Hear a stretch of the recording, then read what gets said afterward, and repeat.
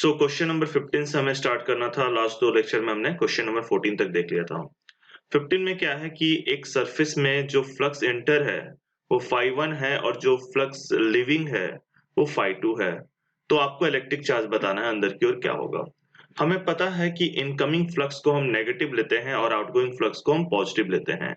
Incoming जो होता है फ्लक्स हमारा incoming flux is negative and outgoing flux is positive. Incoming हमारा नेगेटिव होता है और आउटगोइंग हमारा पॉजिटिव होता है। तो इनकमिंग आपका नेगेटिव होगा, इनकमिंग दे रखा है phi1 तो मतलब आपका हो जाएगा ये -phi1 और आउटगोइंग आपका पॉजिटिव होता है, ये दे रखा है phi2। तो नेट फ्लक्स जो होगा वो होगा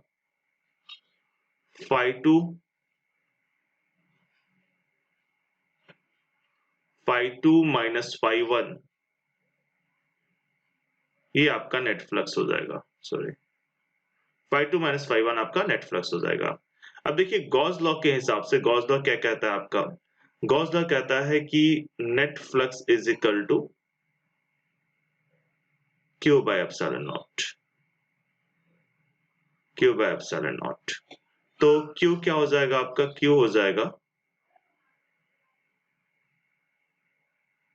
net flux into epsilon not. और आपने नेट फ्लक्स निकाल लिया phi2 माइनस phi1, सो Q क्या हो जाएगा, Q मतलब Q inside phi2 minus phi1 into epsilon not. देखते हैं कौन सा ऑप्शन है ऐसा। phi2 minus phi1 into epsilon not B है, सो B इज द आंसर। आगे बढ़ते हैं, ये सॉल्व कर रखा है इन्होंने। So, question number 16, Gauss law is true only if force due to a charge varies as। देखिए गॉस लॉ का जो एक्सप्रेशन हमने डेराइव किया है, आपको याद होगा कि Gauss law is derived from Coulomb's law. Gauss law is derived from Coulomb's law, ये बात आपको ध्यान रखना है। ये दूसरे तरीके से पूछा हुआ है यही बात, ये डायरेक्ट भी पूछा जा सकता है कि from which basic law does Gauss law is derived. तो Gauss law is derived from Coulomb's law, is derived from Coulomb's law। Gauss law is derived from Coulomb's law। अब देखिए गॉस लॉ आपका क्या कहता है, phi is equal to q by epsilon naught. ये Gauss law कहता है और ये डिराइव किया गया है Coulomb's लॉ से। और Coulomb's लॉ क्या कहता है, force is equal to k Q1 Q2 by r square. In fact Coulomb's law, Newton law of gravitation, ये सारे इनवर्स स्क्वायर लॉ है। मतलब इसमें जो फोर्स है वो डिस्टेंस स्क्वायर के इनवर्सली प्रोपोर्शनल होगा, इनवर्स स्क्वायर लॉ। तो गॉस लॉ तभी वैलिड होगा जब फोर्स आपका आर पे पावर -2 के प्रोपोर्शनल होगा या आर स्क्वायर के इनवर्सली प्रोपोर्शनल होगा, क्योंकि Coulomb's लॉ के वैलिडिटी पे ही गॉस लॉ का वैलिडिटी डिपेंड करता है। यानी इसका आंसर होगा बी। सो ये दे रखा आपको। Next, two infinite parallel sheets separated by a distance d have equal and opposite uniform charge density sigma electric field at a point between the sheets। देखिए ये चीज हमने क्लास में भी डिस्कस कर रखा है। दोनों जब पॉजिटिव हो तो क्या होगा, दोनों जब नेगेटिव, एक पॉजिटिव और एक नेगेटिव हो तो क्या होगा। तो इस केस में दोनों का अपोजिट बोला हुआ है। एक बार और चेक कर लेते हैं, दोनों का अपोजिट बोला हुआ है सर। ये प्लस सिग्मा बोला हुआ है और ये आपका माइनस सिग्मा बोला हुआ है। ये माइनस सिग्मा बोला हुआ है, ये माइनस सिग्मा है, माइनस सिग्मा। सो इसकी वजह से देखते हैं ऊपर क्या है, two infinite parallel sheets separated by distance d. Distance से कोई मतलब नहीं होता है क्योंकि इनफाइनाइट थिन शीट की वजह से जो इलेक्ट्रिक फील्ड होता है वो डिस्टेंस के डिपेंड नहीं करता है, डिस्टेंस का इंडिपेंडेंट होता है। Have equal and opposite uniform charge density, बिल्कुल इक्वल एंड अपोजिट बोला है, यानी एक प्लस सिग्मा और दूसरा माइनस सिग्मा बोला है। सो अगर हम बीच पॉइंट देखते हैं, ये बीच का पॉइंट बी, पॉइंट पी, तो इस पॉइंट पे पॉजिटिव की वजह से जो इलेक्ट्रिक फील्ड होगा वो अवे होगा इधर की ओर, E1 मान लेते हैं।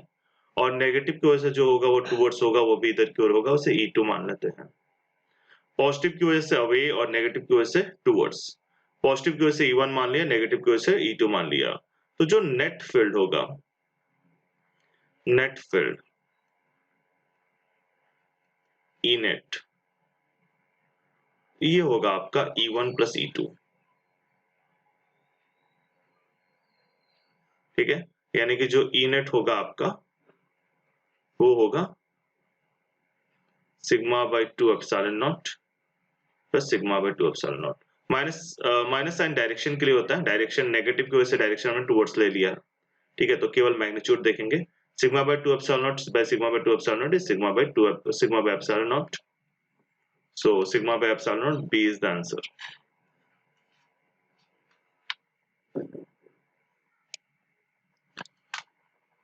The electric intensity due to an infinite cylinder of radius r and having charge q per unit length at a distance r from its axis.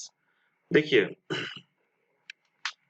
Cylinder की वजह से इलेक्ट्रिक फील्ड इंटेंसिटी पूछ रहा है, तो आपको बता दूं कि सिलेंडर जो है वो इनफाइनाइट लाइन चार्ज का गॉसियन सरफेस भी होता है, तो इसकी वजह से जो इलेक्ट्रिक फील्ड होगा वो इनफाइनाइट लाइन चार्ज की तरह वेरी करेगा। इसके अंदर का चार्ज क्यू ले सकते हैं आप, ठीक है। जो क्यू होगा आपका वो लैम्डा इंटू एल के बराबर होगा, लैम्डा इंटू एल के बराबर होगा। हालांकि हमने इसे डिराइव कर रखा है, electric field due to infinite line charge जो होता है वो आपका होता है lambda by 2 pi epsilon naught r, 2 pi epsilon naught r. हमने कैसे इसको डिराइव कर रखा है, इनफाइनाइट लाइन चार्ज का हमने लिया था कि गॉसियन सरफेस लेकर गॉसियन क्या हुआ था आपका E dot DL E dot DS sorry E dot DS जो कि फ्लक्स का फॉर्मूला होता है क्लोज इंटीग्रल, ठीक है, is equal to q by epsilon naught, this is Gauss law. और ये हो जाएगा आपका, दिस इंप्लाइज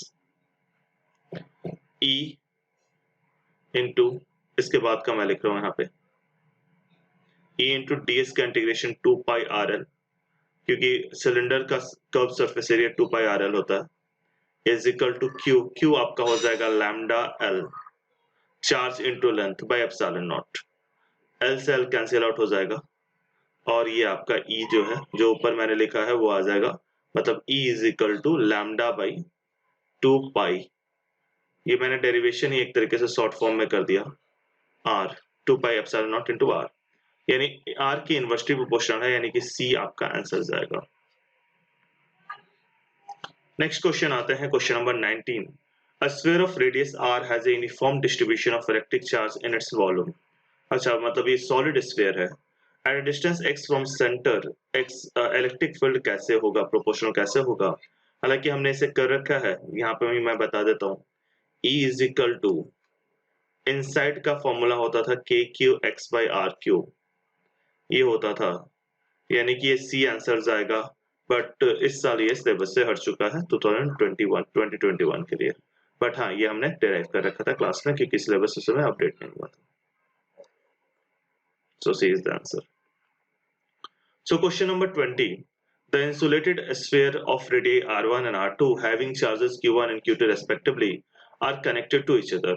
There is आपका कुछ दे रखा है, क्वेश्चंस पार्ट दे रखा है, एक इंसुलेटेड स्फीयर है R1 और R2 का और Q1 Q2 चार्ज है कनेक्टेड टू ईच अदर। अब देखिए दो स्फीयर है,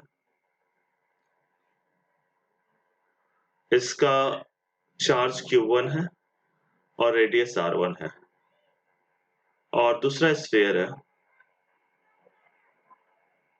इसका चार्ज Q2 है और रेडियस R2 है।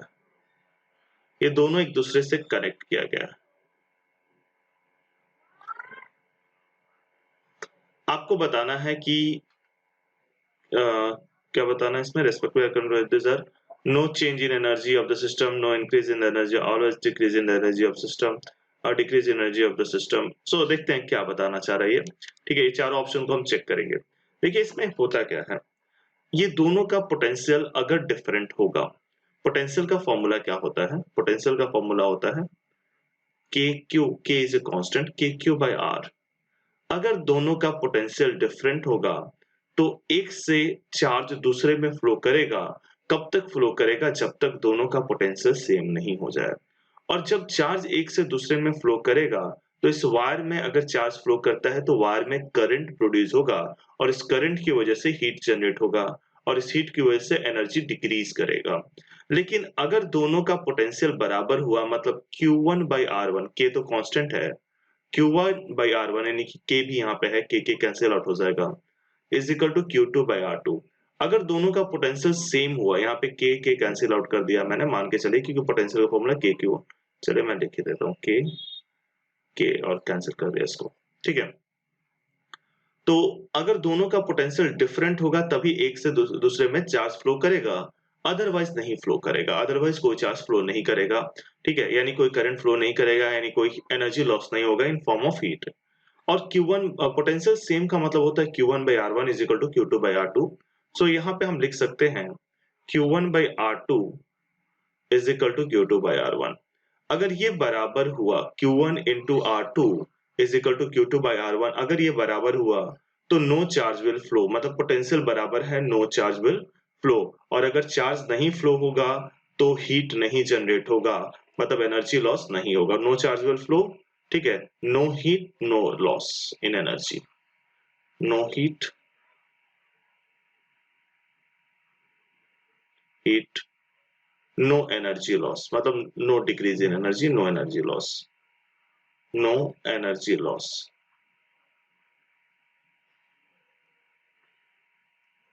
तो अब देखते हैं ऑप्शन को, no change in energy of the system, पहला ऑप्शन गलत है। अगर बराबर होगा तभी नो चेंज इन एनर्जी होगा, मतलब Q1 R2 और is equal to Q2 R1 होगा तभी हीट नहीं फ्लो होगा, अदरवाइज हीट फ्लो होगा, और अगर हीट फ्लो होगा तो एनर्जी में चेंज होगा। तो ये स्टेटमेंट हमेशा वैलिड नहीं है, ये तभी वैलिड है जब Q1 R2 is equal to Q2 R1, यानी कि गलत, ये गलत है। इंक्रीज तो कभी हो ही नहीं सकता है ना, जब भी होगा हीट लॉस होगा, एनर्जी डिक्रीज होगा, इंक्रीज कभी नहीं हो सकता है। Always law of conservation of energy, आपका एनर्जी कहीं से दे नहीं रहे हो, एनर्जी लूज हो रहा है, तो law of conservation of energy के हिसाब से एनर्जी ओवरऑल सिस्टम का घट जाएगा। Always a decrease in the energy, always decrease भी नहीं हो सकता है, एक कंडीशन है जिसमें नो चेंज इन एनर्जी होगा, and that condition is Q1 R2 is equal to Q2 R1, ठीक है। A decrease in energy of the system unless, बिल्कुल सही, सिस्टम के एनर्जी में डिक्रीज होगा, सिस्टम के एनर्जी में डिक्रीज होगा, कब कब डिक्रीज होगा, हमेशा डिक्रीज होगा, कब नहीं होगा, Q1 R2 और Q2 R1 के बराबर जब होगा, मतलब दोनों का पोटेंशियल बराबर होगा तब नहीं होगा, यानी कि D is the answer. Think आपने इसे समझ लिया होगा। आगे बढ़ते हैं, 8 drops of mercury of equal radii possess equal charges combined to form a big drop, ठीक है।